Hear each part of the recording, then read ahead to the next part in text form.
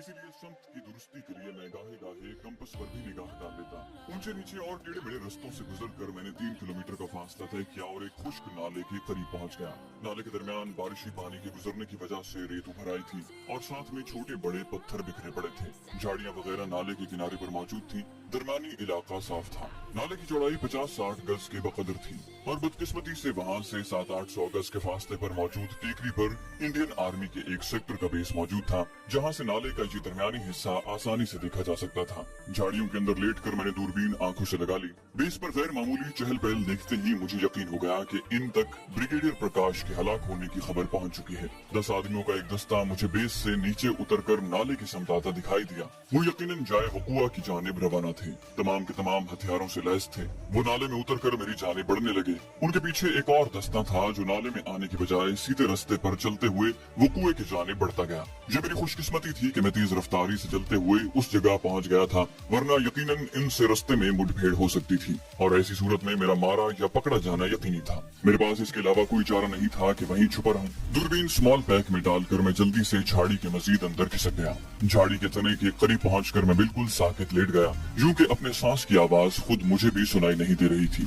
मुझे ज्यादा इंतजार नहीं करना पड़ा था। जल्द ही उनकी बातों की मुझे आवाज आने लगी। वो पंजाबी और हिंदी दोनों जबानों में बातें कर रहे थे। पंजाबी बोलने वाले शायद सिख थे। उनके करीब आने तक झाड़ी के तने और शाखों पर फिरते हुए चूंटों ने मेरे बदन पर मटर गश्त शुरू कर दी थी। ऐसी हालत में आम बंदा चूंटियों को बदन से दूर झटकने से बाज नहीं रख सकता, क्योंकि ये बहुत बेदर्दी से काटते हैं। मेरे कान की अकबी जानिब और नाक की जड़ में भी दो ने बड़े मजे से दांत गाड़ रखे थे, मगर मैंने पलक तक न झपकी थी। ऐसी हालत में तो स्नाइपर एक बिच्छू को भी खुद से दूर नहीं झटकता। कम से कम 8-10 बंदे होंगे। मेरी समाज से गुजरने वालों का पहला मुकम्मल और वाज़ेह फितरा यही टकराया। एक दूसरी आवाज ने उसकी तरदीद भी की, ज्यादा भी हो सकते हैं। वो जोड़ियों की सूरत में रवाना थे।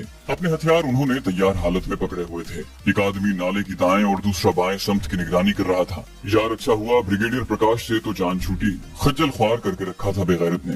ये दूसरी जोड़ी के आदमी की आवाज थी। उसके साथी ने जवाब दिया, उसकी तो खैर है, बल्कि मेजर सूरन की मौत भी काबिल बर्दाश्त है, मगर कर्नल जगजीत सिंह बहुत अच्छा इंसान था। घात लगाने वाले तो बस ब्रिगेडियर प्रकाश के लिए ही आए होंगे, मगर उसकी आवाज मालूम होती गई और तीसरी जोड़ी की आवाज मेरी समाज से टकराने लगी। अगर उनकी तादाद वाकई 8-10 है तो हम 10 बंदे उन्हें कैसे रोकेंगे? उसके साथी ने जवाब दिया, दूसरी पार्टी सीधे रास्ते पर जा रही है और बाकी सेक्टर्स से भी पार्टियां रवाना है। सारे इलाके का घेराव करके तलाशी ली जाएगी। कमांडोज प्लेटून भी बुलाई जा रही है। चौथी जोड़ी का एक आदमी उन्हीं झाड़ियों में जहाँ मैं छुपा हुआ था रुकता हुआ बोला, मेरा ख्याल है ये जगह मुनासिब है। उसके साथी ने जवाब दिया, अच्छा जल्दी करो, मैं आगे जा रहा हूँ, तुम फारिग होकर आना। ठीक है, ये कहकर वो झाड़ी की आड़ में आकर अपनी पैंट खोलने लगा। आखिर जोड़ी के एक आदमी ने मुस्कुराकर कहा, सुरेश तेरी पैंट अभी से ढीली हो गई है। उसके दूसरे साथी का तहका उसके साथ शामिल था। सुरेश जवाबन बोला, यार सुबह से पेट खराब है, अब आप लोग मजाक क्यों उड़ाओगे? वो आगे गुजरते चले गए, जबकि सुरेश पैंट खोलकर इत्मीनान से बैठ गया।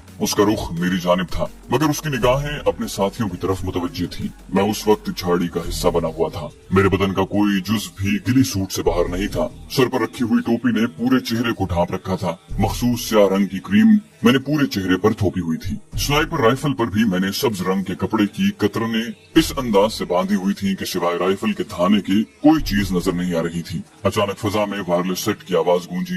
यकीनन सुरेश का वॉकी टॉकी बोल रहा था। Number 5 send your location, over. दूसरी आवाज ने अपनी जगह बताई, सफेद नाला जंगल मोड़, ओवर। यकीनन इस नाले का कोड नाम सफेद नाला था। मेरी मौजूदा पोजीशन से वो नाला जुनूब की जाने बढ़ रहा था। नाले की मगरबी तरफ उनका सेक्टर बेस था। 20 के नीचे भी छदरे छदरे दरख्त मौजूद थे, मगर मशरकी तरफ काफी घने दरख्त फैले थे जो नाले के साथ दूर तक चले गए थे। जुनूब की तरफ मुड़ने के बाद नाले की चौड़ाई दुगने से भी ज्यादा हो गई थी और दरख्त बतदरीज टेकरियों तक फैल गए थे। इनमें चीड़ और दियार के बुलंदोबाला दरख्तों के साथ साथ झाड़ी नुमा दरख्त भी मौजूद थे। तुनक के सदा बहार दरख्त भी बकसरत बिखरे हुए थे और इन्हीं दरख्तों के जंगल में मैं अपने उस्ताद सादिक को छोड़ गया था। स्नाइपर्स के नुक्ता नजर से अब ये इलाका महफूज नहीं रहा था, मगर अपने साथी को साथ लेना निहायत जरूरी था। अगर हवालदार सादिक वहाँ छुपा न होता तो यकीनन मैंने नाले नाले में आगे बढ़ जाना था और दुश्मन के इस इलाके को घेरने से पहले मैं कहीं दूर निकल गया होता। अपने साथियों को चौकन्ना होने की हिदायत दे दूं और तमाम को बता दूं कि जहाँ सिर्फ एक बंदे की मौजूदगी के आसार मिले हैं,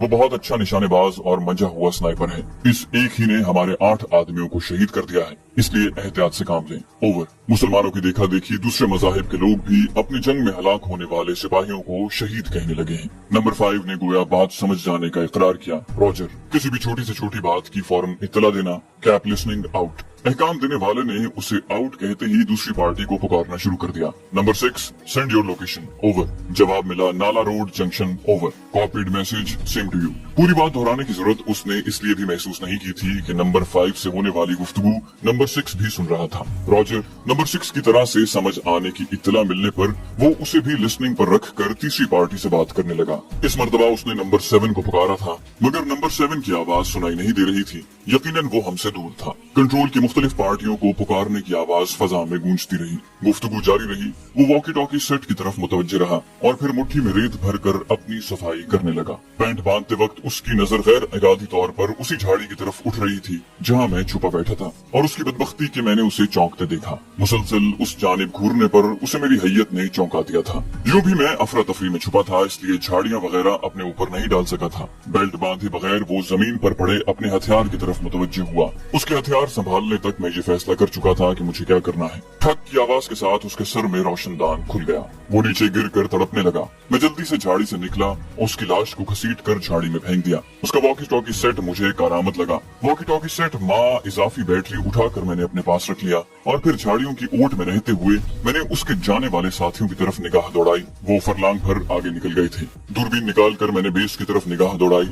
एक आदमी मुझे टहलता हुआ नजर आया। उस जगह से नाला अबूर करने में देखे जाने का सख्त खतरा था। मैं झाड़ियों की आड़ लेकर बेस की तरफ रवाना हो गया। वॉकी टॉकी सेट की आवाज कम करके सेट मैंने ऑन रहने दिया था। जल्द ही सेट से सुरेश को पुकारा जाने लगा। Number 5 for nickname Suresh. Over. Number 5 for nickname Suresh. Over. वो बार बार सुरेश को पुकार रहा था, मगर जैसे ही उसने वक्फा किया सेट से एक दूसरी आवाज बुलंद हुई। वैसे ज्यादातर सामीन तो जानते होंगे, मगर जिनका कभी वायरलेस सेट से वास्ता नहीं पड़ा उनकी इत्तला के लिए बतलाता जाऊं कि वायरलेस सेट पर जब एक तरफ से बात हो रही हो तो सुनने वाला बात नहीं करता, यहाँ तक कि बोलने वाले को ओवर कहकर अगले को मौका देना होता है। इस ज़िम्न में ये भी याद रहे कि कंट्रोल उसको कहते हैं जो किसी जगह मौजूद तमाम पार्टियों को कंट्रोल कर रहा हो और वायरलेस पर पैगाम भेज रहा हो।